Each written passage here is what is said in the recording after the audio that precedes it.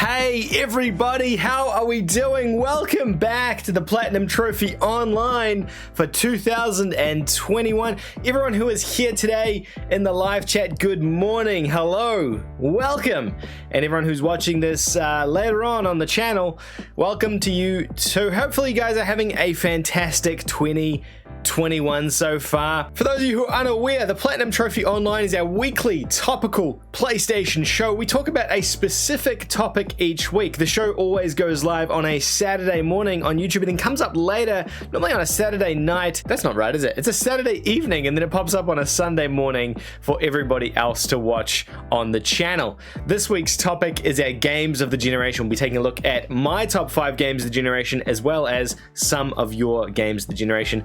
Let's get started with number 5 on my list.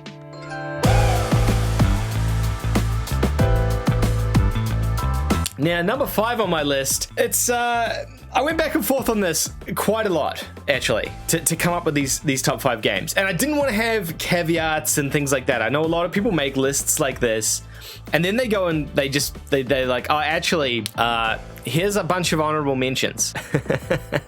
And I didn't want to do an honorable mentions. I wanted to keep myself really honest and strict to 5 games. Now, it's 5 games on the PlayStation 4. This list is going to be just PlayStation 4. It's not going to include anything from PC, Switch, Xbox from last generation. I wanted to keep it really true to what the channel is. Trophies do come into it somewhat, not majorly though, so it's not like my 5 favorite platinum trophies, although I think one of them is probably one of my favorite platinum trophies. So that's sort of how I built the list out, if people are curious. So my first game, or number 5, so my 5th game of the generation, it's Hunt Showdown. And I'm not going to talk heaps about this because we did a whole episode of this show about Hunt Showdown, and you guys are probably like, can you stop talking about Hunt Showdown? I mean, yeah, I can. I love this game so much. This is a game that came out in 2020 as well. So it's a pretty big deal that it toppled other things that could have been on this list, given how new it is to the list and what a new addition it is to the list. Hunt Showdown is it's an asymmetric first-person shooter game where you are a hunter trying to collect a bounty, so PvE, but then there's a PvP element in there as well, which randomizes things. The map's the same every time, but the enemy placements are different, the hunts are different, the players are different, and then the skill sets are different. It has a permadeath mode in there as well, and I think this whole combination of things just creates this awesome loop of content that I really, really do like, and it's very different to a lot of other games that came out this generation. It's a much slower game, a slower paced game compared to, a lot of traditional first person shooters. But I think that's one of the things that just really appeals to me. A lot of viewers of the channel know that, my favorite game of all time, well, my second favorite game of all time is Castlevania Symphony of the Night. I really like that vampire hunter gothic style that comes attached to that game, and I think this game here is almost like I'm role-playing that I'm in Castlevania, that I'm a vampire hunter hunting down these creatures. And I know it's not the same thing, but I think it definitely evokes a lot of that in me when I'm playing this, and I don't know, I think that's what it is. I'm pretty sure that's what makes me feel so good when I'm playing this game. And I think the randomized element as well just means you can continue to play it and play it and play it without having to worry about essentially doubling up on content, without doubling up on I think that's it. It's that's what it is. And look, I don't want to spend too much more time talking about Hunt just because we've talked about it a lot on the channel, so it's such a shambles. We're gonna skip past Hunt and we're gonna go on to the next one. I'm just going to pull up the post and we can look at some of the posts that were left for us, because then it becomes a little bit more of a everyone's included type of conversation. It's interesting. So when I went through this list, so I went through and had a look through all these last night and over the past couple of days as well, and it's really interesting seeing the kind of games that people called out as their games of the generation from the community. I'll just go through this at random and we'll keep coming back and forth between here and the comments, but Platinum Bro said his favorite games were Spider-Man, Witcher 3, Red Dead Redemption 2, God of War. One of those may or may not be on my list. Retro Gamer said Fallout 4, He's put 30 days into it. Fallout 4 is a surprising one. I had a really good time with Fallout 4 as well. Someone here said knack. Mick actually said Grand Theft Auto 5 was on the PS3, but it was his game of the generation on PS4. And I think that counts. I think GTA 5 didn't really fall into a decent stride until it came to the PS4, you know, especially with the online content in it. I think it didn't really come into its own up until that point. I think that's honestly when it started firing on all cylinders, I think, for me as well. So, you know, I think GTA 5 counts. Definitely. I mean, remasters and stuff, especially if they were like more well defined, I suppose, on this current generation, then I think that's fair. And I think that's fair. Mr. Curtis says, Shadow of the Colossus really hit me no other way the game did. Really? Shadow of the Colossus. So you would say it's one of your games of the generation? That's a massive call, Mr. Curtis. That's a massive call. Pretty cool, though. That's pretty cool. Tommy's saying here, Fallout 4, Spider-Man, Grand Theft Auto 5, if allowed, would be number 1. GTA 5, number 1 as well. It's interesting. I guess I'm not completely surprised. One of the most popular games of all time. So, you know, it's unrealistic to think that it's a lot of people's games of the generation. But yeah, hey, you know, what else are we saying here? Oh, we got some regulars popping up in the chat here. We got PS3 Gaming Scotland's popped up now. Fantastic, Michael. Thank you for tuning in. Tony is saying, Tony, I just got that username. Tony is saying 1000% Red Dead Redemption 2. I'm one trophy away from the platinum. Well, good on you, Tony. Congratulations on that. You're getting pretty close, my friend. You're getting pretty close. I think I never actually finished Red Dead Redemption 2, so I don't have that on my list. I don't have that on my list. PS3 Gaming Scotland says Uncharted 4, God of War, The Last of Us Remastered, Ghost of Tsushima, and Spider-Man. 5 first-party Sony games, Michael. 5 first-party Sony games. Good on you, man. Mr. Dozy saying Spider-Man is his game of the generation. Tommy is saying depends on the measure. I guess definitely the highest played, grossing, and longevity. Interesting. Let's get on to my number 4. All right, my number 4, and it's Crash Bandicoot: The Insane Trilogy. I know it's kind of a weird addition to the list because I had such an affinity to Crash growing up, and I know like in 2020 or 2021, Crash doesn't have, because he's available to us now, it's not such a thing, right? But back in like 2015, 2016, when this was announced, this was a really big deal. You know, this Crash playable, and it wasn't accessible to anybody. We couldn't play these games for years unless we played the originals, and there was no new Crash games. So the situation is very different now, but back then when these games came out, that was like absolutely amazing thing. Crash Bandicoot as like a trilogy is one of my favorite trilogies of all time. Period. Like one of my favorite gaming franchises that has ever been released. And the Insane Trilogy just did a fantastic job of remastering all 3 of those games. I was considering including Crash 4 on there because I think I like that game a lot more than any of the previous Crash games. But I guess as a overall package, I think the Insane Trilogy is the one that makes the list. I think that's the fairest way to put it. You know, there's a combination of nostalgia going on there, but then there's also a combination of these just being fantastic platformers. The other thing I did as well when compiling my list was I looked at the games that I'd spent the most time with on the PlayStation 4 and the games I keep coming back to, and Crash Insane Trilogy is one of the games that I just continuously keep coming back to, despite having finished the games and everything a number of times now.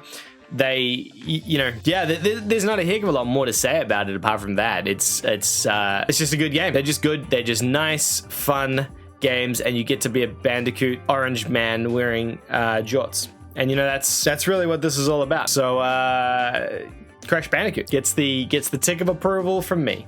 So Crash Bandicoot is my number 4 game of the generation. We had another person say Crash Insane Trilogy. Steve187 left a comment saying Crash Insane Trilogy was one of his favorites as well. Hugo said God of War, Red Dead Redemption 2, and the indie game Hollow Knight. Hollow Knight popped up on someone's list. That's kind of interesting. I probably wouldn't have expected that to have happened. Witcher 3, hands down, is from Dibson. Kevin Sean said Ghost of Tsushima. It's all the same things, right? We're getting a lot of Sony first-party titles, and we're getting a ton of like Rockstar games. Basically, it's a combination of Rockstar and first-party things popping up here. There's not too many things that like different to that. Adam, I know, is in the comments section. He's in the chat as well, but he's left a really long comment here about how Uncharted 4 is one of his favorite games, as well as What Remains of Edith Finch, which is a indie title. God of War, the game I didn't know I needed. It's interesting that. The Last of Us Part 2. Interesting that you've got The Last of Us Part 2 on there, Adam. I think that's a controversial opinion. I know a lot of people really did enjoy the game. Sadly, it was kind of like overshadowed by so much hate, though, you know what I mean? Mr. Dozy's breaking my rule by just dumping Mario Odyssey in here when it's absolutely not welcome in here. This is a PlayStation list. Mr. Dozy. Sir. Daniel Raza says, sup, man, been watching your videos on the PlayStation January sale. Super helpful. Days Gone got a sneak on the list for this generation. Deacon St. John is a great character. I agree. Deacon St. John is a very cool character. He's a cool cat. He's a cool guy.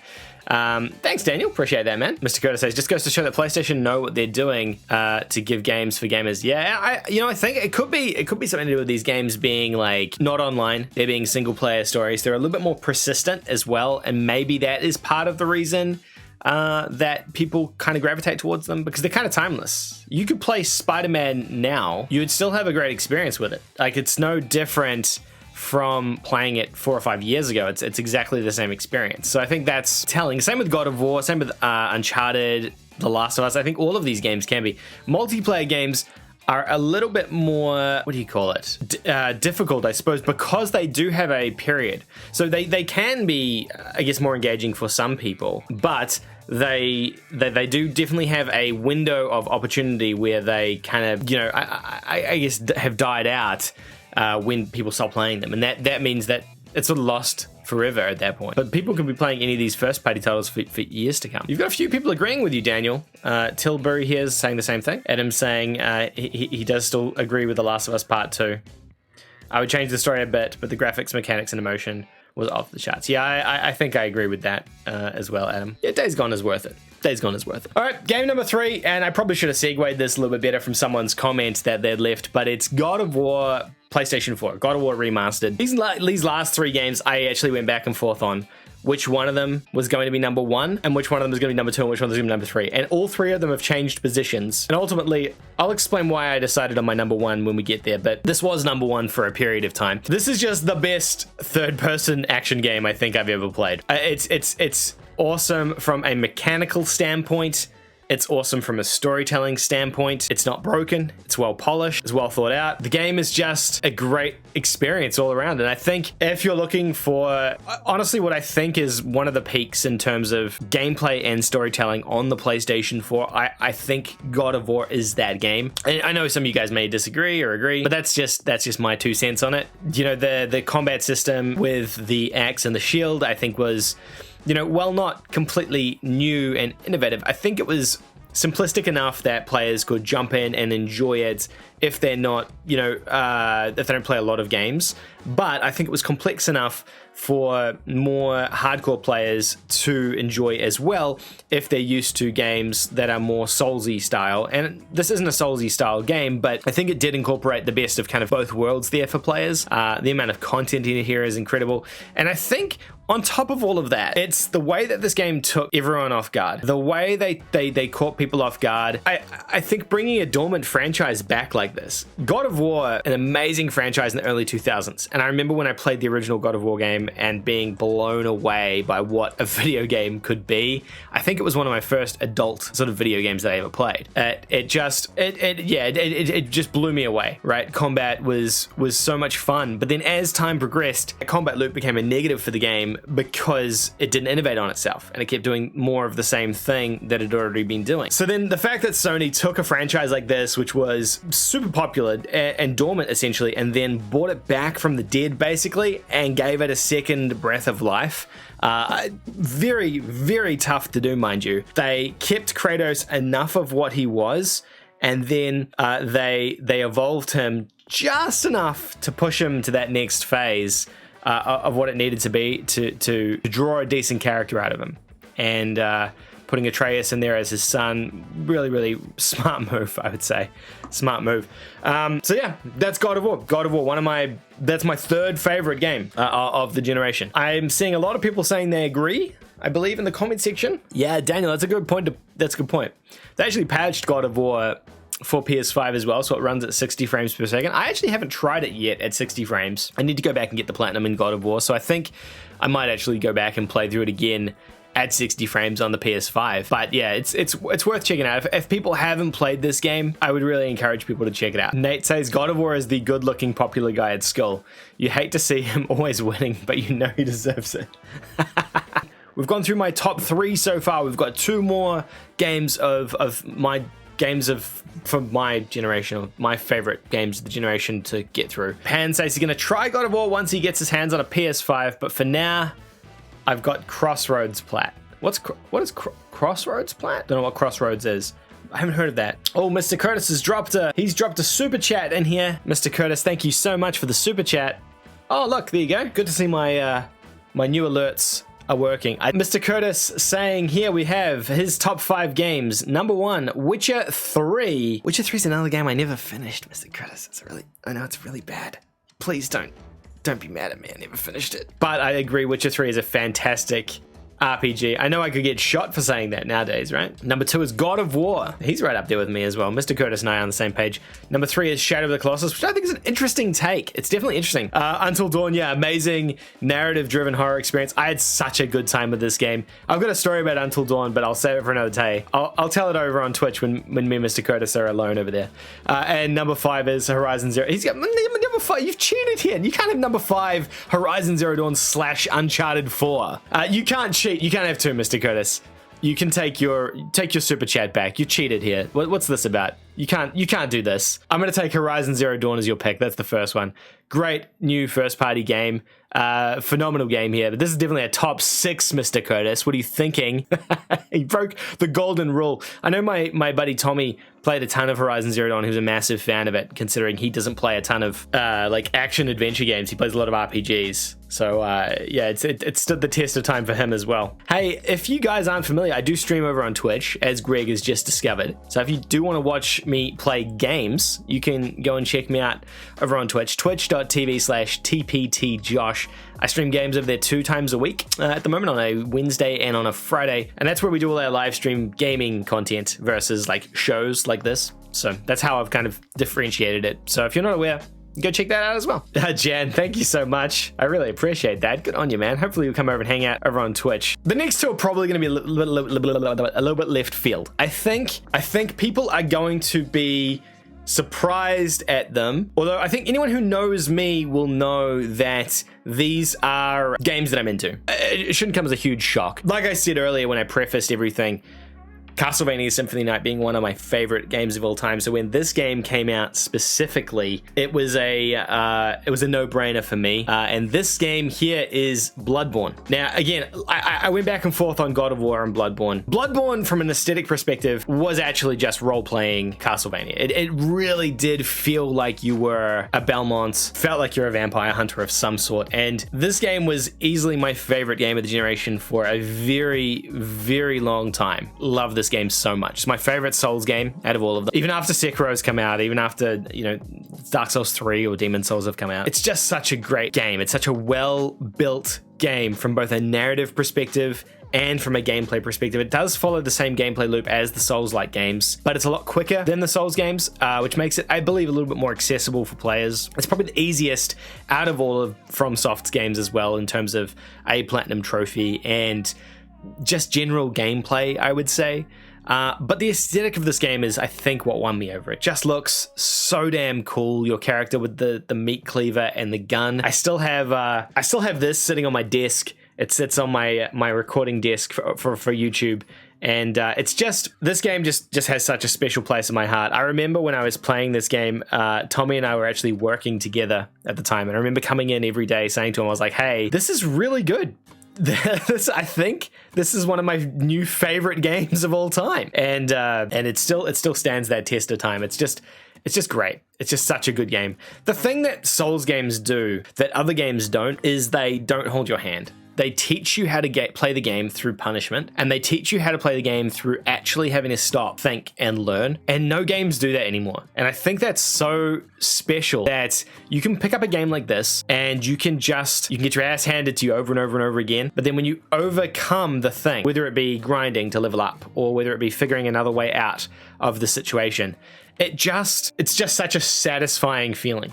You know, no tutorial messages, nothing like that. It's just you, and you have to figure it out yourself. And not enough games do that. Not enough games give us the credit we deserve in terms of like being like, hey, you know what? The player's smart enough to figure this out and learn it themselves. And you know, some people might say it's convoluted, and there are some elements of it that are convoluted for sure. Generally speaking, I would say they do a great job of teaching you through gameplay, which, yeah, like I said, it's something that very few games actually ever do.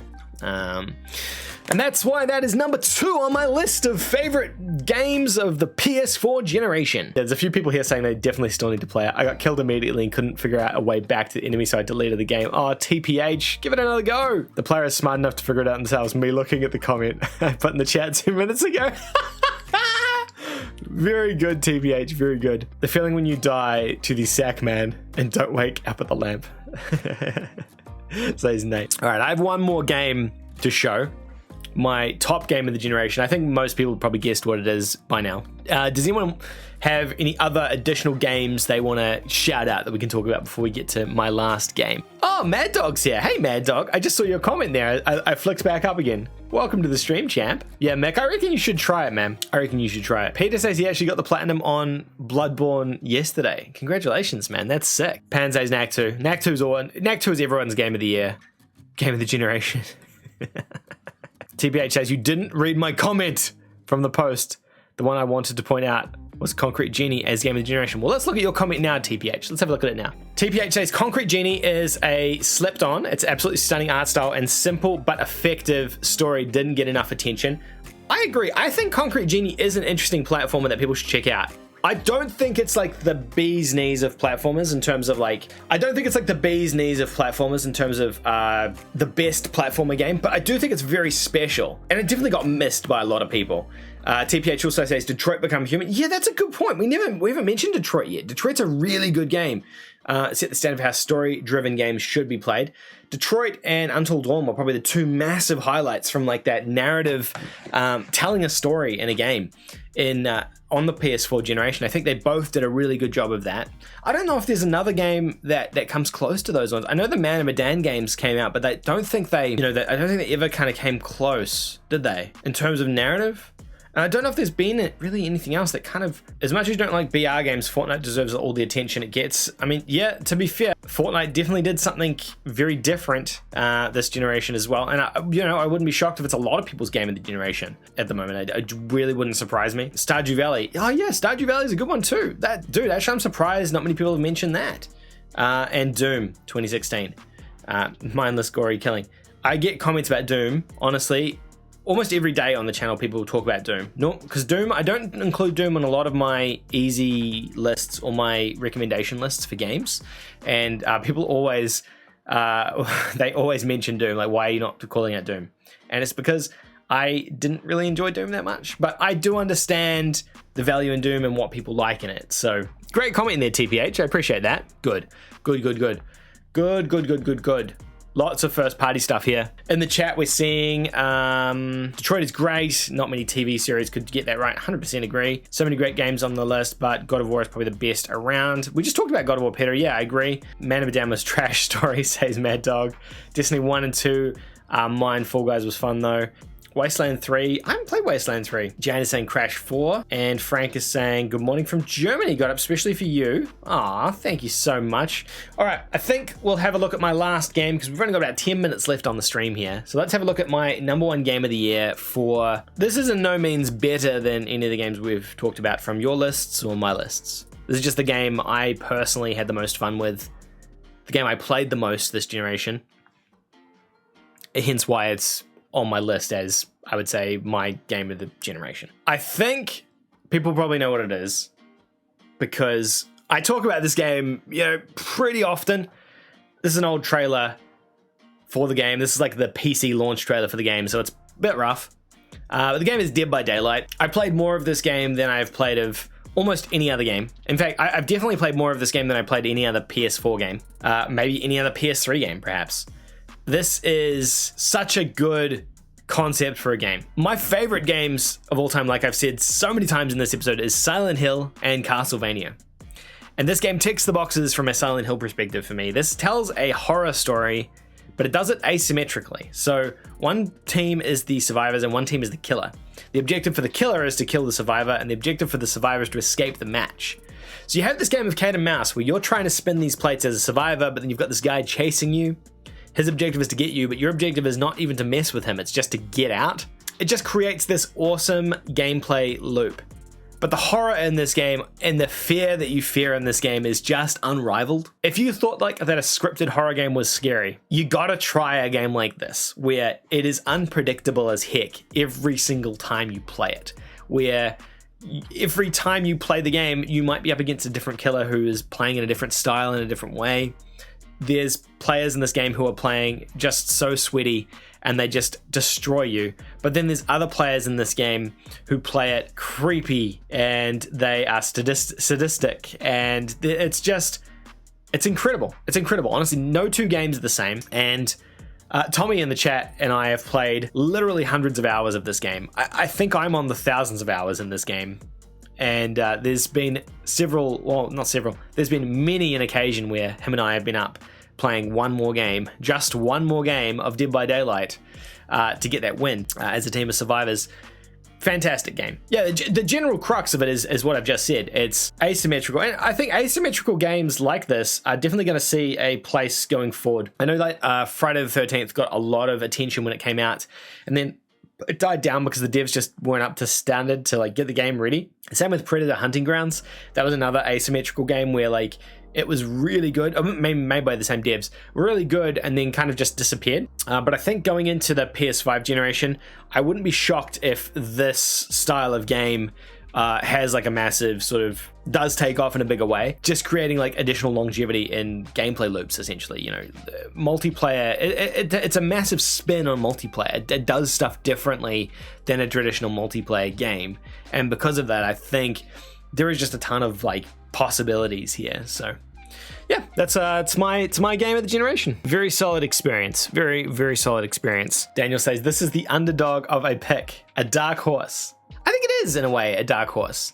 I think it's different. I don't know. I always like to bend conventions slightly with what I do on this channel. I don't like to sit in the mainstream quite as much. I like to kind of, in terms of like recommendations and things like that, and give you guys suggestions that are off the beaten path. Everyone's played the big AAA stuff. Everyone's played the mainstream stuff, but it's some of those outliers that people may not have experienced and may not have played. But there you go, guys. That's my top 5 games of the generation, as well as some of your games of the generation in here as well. Hopefully you guys enjoyed this episode of the Platinum Trophy Online. If you did, don't forget to give the video a thumbs up. If you didn't enjoy it, then feel free to give the video a thumbs down. If you're a new viewer of the channel and you haven't yet subscribed, then go ahead and hit the subscribe button down below. It not only lets you know when my videos go live so you can stay up to date on all the latest PlayStation news, but also helps the channel out enormously. We are currently on a goal to 25,000 subscribers.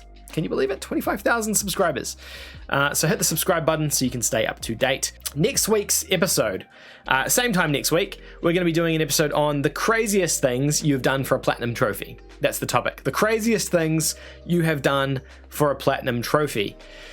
So have a think about it. I'll post on the community page like I always do, so you guys can post your replies there for it to be included in the show. But thank you, Mr. Curtis, for the donation. Thank you for my channel members, Mick Fitz and Steven Jerzak. I appreciate it. Thank you guys so much for supporting the channel with channel memberships. Tommy, thank you so much for modding today's stream as well, and thank you guys all for being here as well. I know PS3 Gaming Scotland is staying up late. I think TPH is staying up late to watch this as well, so thank you guys so much for that. Really appreciate it, folks. Have a fantastic rest of your Saturday, wherever you are in the world, or Sunday perhaps, if you're somewhere like me. I'm gonna go and enjoy my Sunday morning coffee now with my wife. So have a great evening, guys. Morning, day, night. Thank you so much, and I'll catch you guys all in the next stream.